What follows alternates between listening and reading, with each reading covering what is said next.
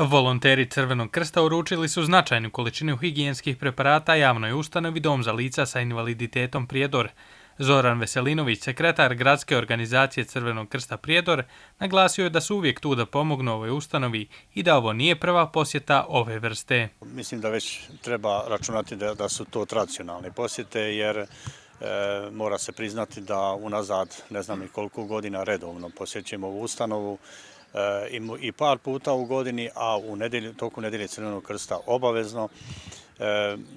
Planiramo još posjeta, međutim ovu današnju smatramo jednom od značajnijih zato što bez obzira na fond koji finansijski potpomaže ovu ustanovu, mislim da to nikad nije dovoljno. Na ovoj donaciji zahvalila se Ljubica Škondrić, rukovodilac odjeljenja za opšte, pravne i kadrovske poslove Doma za lica sa invaliditetom.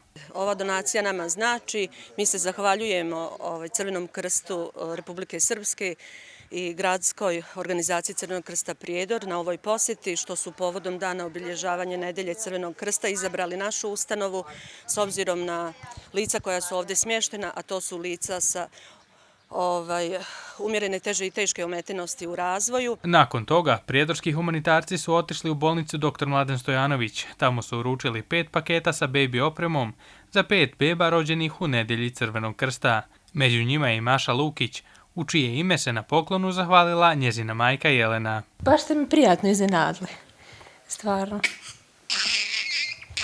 Vidjet ćemo, ne znam šta je u paketu, ali vjerovatno će biti od koristi. Načelnik Baby Boxa Prijedorske bolnice dr. Andrija Vukotić je rekao da su već navikli na tradicionalnu humanost ljudi iz Crvenog krsta. Crveni krst Prijedor svake godine donira našem odjeljenju donaciju, tako da se mi svake godine radujemo njihovom dolasku i nadamo se da će i idući godina isto tako biti. Volonteri Crvenog krsta tu nestaju, pa već imaju isplaniran obilazak nekoliko socijalno ugroženih porodica, kojima će uručiti pakete pomoći i na taj način im koliko toliko olakšati tešku životnu poziciju.